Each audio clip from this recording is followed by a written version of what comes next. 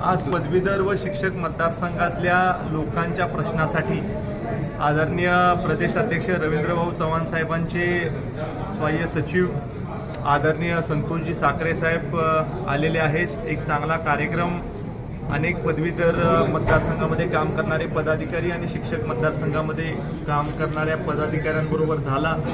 अनेक प्रश्नांच्या विषयी चर्चा विचारविनिमय झाला।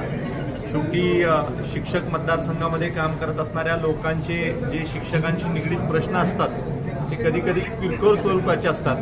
ते प्रश्न लवकर सुटावे, त्याला गती मिळावी। त्याचबरोबर धोरणात्मक प्रश्न जे राज्य सरकारच्या पातळीवरचे असतात ते प्रश्न सोडवण्यासाठी देखील विचारमंथन झालं। निश्चित ह्या दौऱ्याचा फायदा या दोन्ही मतदारसंघामध्ये काम करत असणाऱ्या विविध जाणकार कार्यकर्त्यांना गती देण्यासाठी होईल आणि येणाऱ्या काळामध्ये सातारा जिल्हा हा महायुती सरकारच्या पाठीशी आहे। त्याचबरोबर शिक्षक मतदारसंघामधला आमदार निवडून देण्यासाठी, पदवीधर मतदारसंघामधला आमदार निवडून देण्यासाठी खारीचा वाटा हा सातारा जिल्हा उचलेल। मोठं मताधिक्य या दोन्ही मतदारसंघामधले अधिकृत उमेदवार जे महायुतीचे असतील त्याला निवडून देण्यामध्ये एक चांगलं काम सातारा जिल्हा करेल। बाबा, साताऱ्यात मुख्यमंत्री येत आहेत, कसा नेमका दौरा आहे, काय तयारी केली?